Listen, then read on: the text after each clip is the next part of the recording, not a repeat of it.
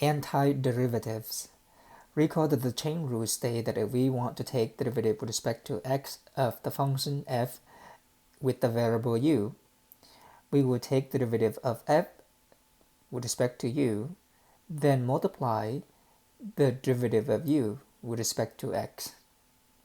Also, the power rule for differentiation states that if we take the derivative of x to the n power, then we move n to the front and then lower the power by 1. The derivative of x to the n is nx to the n minus 1. And so the antiderivative of x to the n must be x to the n plus 1 over n plus 1, because the derivative of the antiderivative is the function itself.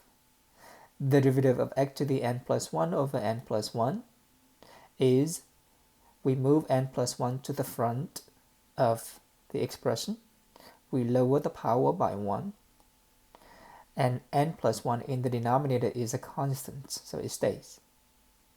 N plus 1 cancel n plus 1 out, we end up with x to the n.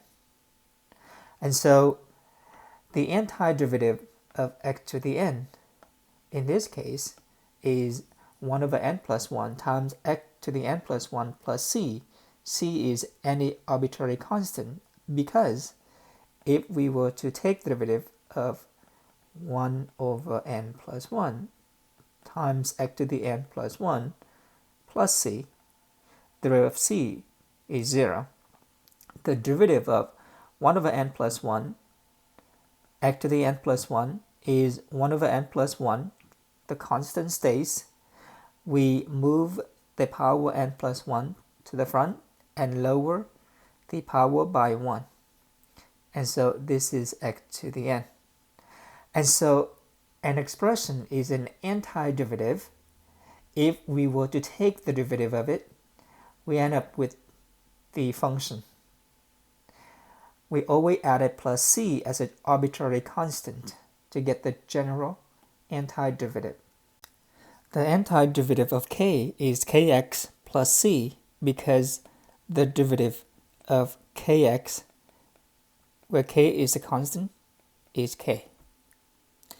The antiderivative of sine of kx is minus 1 over k times cosine of kx plus c, because the derivative of minus 1 over k cosine of kx is minus 1 over k times negative sine of kx.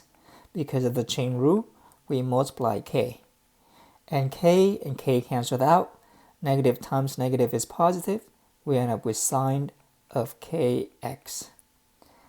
And so, given an expression, a function, if we want to find the antiderivative, we can use guess and check. We first ignore the function inside. For example, the antiderivative of cosine of kx, we first ignore kx for now, and we know that the antiderivative of cosine is sine. Remember, we can never change the inside function. So the inside function is kx, stays kx. And then if we were to take the derivative of sine of kx, we would end up with cosine of kx times k. Now, we now introduce an extra factor k, which we do not have. And so, to get rid of that extra factor k because of the chain rule, we multiply 1 over k. If we were to take the derivative of 1 over k times sine of kx, we would have 1 over k times cosine of kx times k.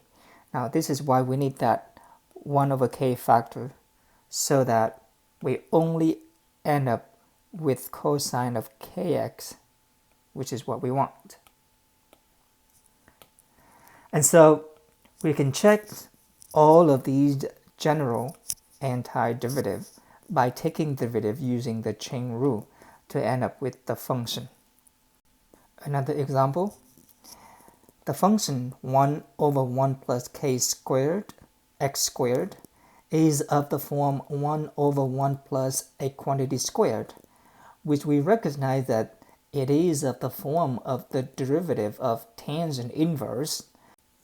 Remember, the derivative of tangent inverse is 1 over 1 plus the quantity squared.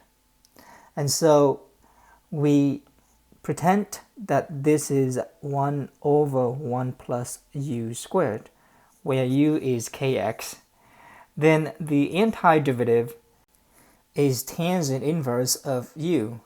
But when we take the derivative of u with respect to x, we end up with a factor k, which we don't have. And so that is why we need that 1 over k. And so to check this, if we were to take the derivative of 1 over k times tangent inverse of kx, then the derivative of tangent inverse is 1 over 1 plus the argument kx squared times k. And k divided by k canceled out.